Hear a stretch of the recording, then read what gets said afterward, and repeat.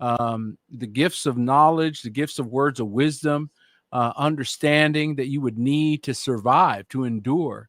And we're seeing it right now as more and more saints are figuring things out and not just doing. I'm just going to say, I'm going to rip this Band-Aid right off at the beginning. Studying is not just reading whatever version someone hands you. I don't care what it is. Yeah. You need to dig in order to say you studied. Yeah. To study means to stay on something and meditate on it and dig into it until the juice of it, the olive oil comes out. You got to squeeze. There's more to it than just I read 3 passages. That's not studying. Yeah. I just need to say that for somebody, because I know that we need to encourage people to dig, because if you take the surface stuff being dished out, man, there's so much deception that we have uncovered that if you're just taking what's handed to you, you're eating GMO word, aren't you, brother? Yes. Well, somebody might say, well, I've read the passage in King James, New English version, and the NIV version, and they all saying the same thing. So they feel like they got, 3 witnesses, out of 3 different books. No, that was all the same book. That was a Masoretic text.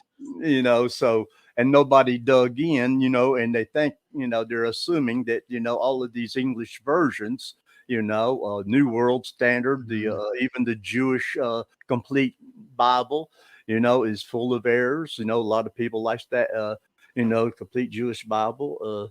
And actually it was the, your Pharisees that put that out, Well, and that's why we encourage people. I don't have one in front of me, but I think my wife snagged it. I'm sure she did. Oh, no, it's not. It's right here. Hold on. Let me grab this. And if you don't have one, we strongly encourage you, use the code all caps, Apostle Peter, all one word. Go on over to RSTNE, RSTNE.com, and get yourself this. Why we are so big on this, it's not flow easy reading. Okay. No, it's for study. That if you want to study and get in deep, this is scrutinizing. When you scrutinizing the scripture, okay, and you're scrutinizing the things that were written, now you're getting into some study. You can't say, oh, I read this and that was the end of it. No, you got to dig. And because there were so many tricks, remember, folks, that Messiah said, woe, not just to the Pharisees. He said, woe to ye scribes and Pharisees. Mm-hmm. Amen. So he put them together and he condemned them together. Yeah. He called them broods of vipers, which is like the serpent seed, for lack of a better way there ain't no other way to say that. There's the quiet part out loud, right? Just because they look like you doesn't mean they're people. They're something else. They're cold-blooded and they don't care about anybody but what they're doing. They got an agenda, and they've been working this agenda since before Mashiach came. They were already, the lying pen of the scribes was already touching the kadosh things of the scripture, the kadosh time, kadosh seasons. This is the Antichrist spirit, which touches times and seasons by Daniel's prophetic word. Go ahead, brother. Oh, you're absolutely right. And it's those that is going to give account. Now yes. Our modern publishers that just went along with it, now they're going to be guilty too, but they're not going to be held to their feet to the fire like those the lying pen of the scribes. The lying pen of the scribes. And then the Pharisees, going along right with it, encouraging it, a conspiracy, working together. And so we need to double check. We need to matter of fact, the Septuagint was what was used by the apostles in Yahusha. It was written way before the Masoretic text ever came along. So it was very well established, to be used as the word of Yahuwah. That's right. And today, now we have a restored name. Now you can get Septuagints, English versions, online, but they're not restored. They don't have the restored names, and they are not fact checked with the Dead Sea Scrolls. There it is. And you got to cross. This is studying. So there's a little bit of help in this version that you wouldn't get in others because of the cross-referencing that they did, not only the Septuagint, but the other writings that they just completely ignored when it came to the King James. With the King James, they took the Bishop Bible, which had already been translated. So many people don't know that, but the Bishop Bible preceded the King James, and that's essentially what they did. And then they put Francis Bacon in charge. So him and his mighty merry men of the Knights of the Helmet.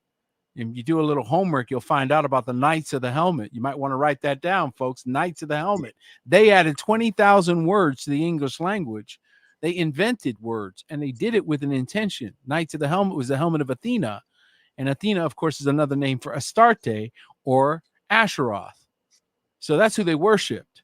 Okay. And so you're dealing with some serious levels of evil, serious levels of conflict.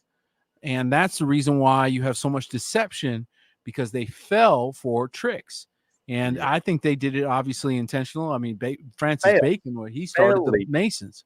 Yeah, with the spell "ing," of a created English, a language that has no root of its own, that's made up of many different languages. That's right. And that's the other thing, is when you get a bunch of things thrown in a pot, you get a lot of confusion. You ever try to teach somebody who comes from a root language, like a Latin language, you try to teach them English, and they're so confused because English is such a confusing language. If you didn't grow up learning it, and even people that grew up learning it still struggle with the English language because it's meant to be confusion. It's intentional.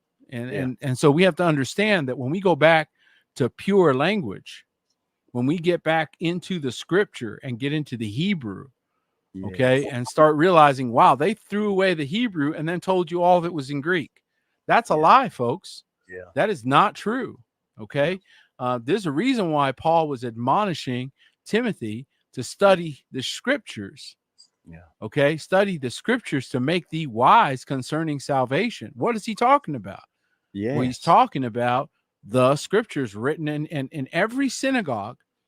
One of the things they're very, dutiful about, every synagogue would have the Torah in Hebrew. Okay. They had this. This is what Mashiach read. When he went into the synagogue, he read from the scriptures. He didn't read that in Greek. He didn't read that in Aramaic. He read that in Hebrew. And when they used the term, read the scriptures, it wasn't the New Testament. It hadn't been, the new covenant hadn't been written yet. And so the word of Yahuwah, or the scriptures, was your Torah, your five books, actually 6 books, including Jubilees, if we want to get technical, That's right. So yes, and that was to be read, and that's our instructions for our life, our relationship with the Father, with each other, and how we receive these blessings, and benefit from Yahuwah. Boy, I tell you, I appreciate the work you've done. And folks, if you haven't, there's a link in our description for the Truthers Journal. Strongly encourage you. Many of you, we see you going over there and enjoying the content there. And I'm so grateful for our brothers' hard work in deciphering a lot of these little topics to give you a start. It doesn't solve it all for you. You're still going to have to do your own homework, but there's a lot of good starting point articles that really give you insight and help you decipher through some of these deceits, these deceptions. There's no other way to say it. These folks had 2,000 years on you or more to plan on deceiving you in the last days, because you are their enemy. You are the one group by the Ruach of Yahuwah that are strong in the Ruach, and they know it, and they know they can't defeat you if you unite and you have the truth that sets you free. And united is the whole, both houses of Yehuda and Yahush and Israel, Yasharel, coming together, That's right. putting their differences together, and and coming into as one, under one headship, as Yahusha being our head, That's right. and our shepherd. And so when that unity starts taking place,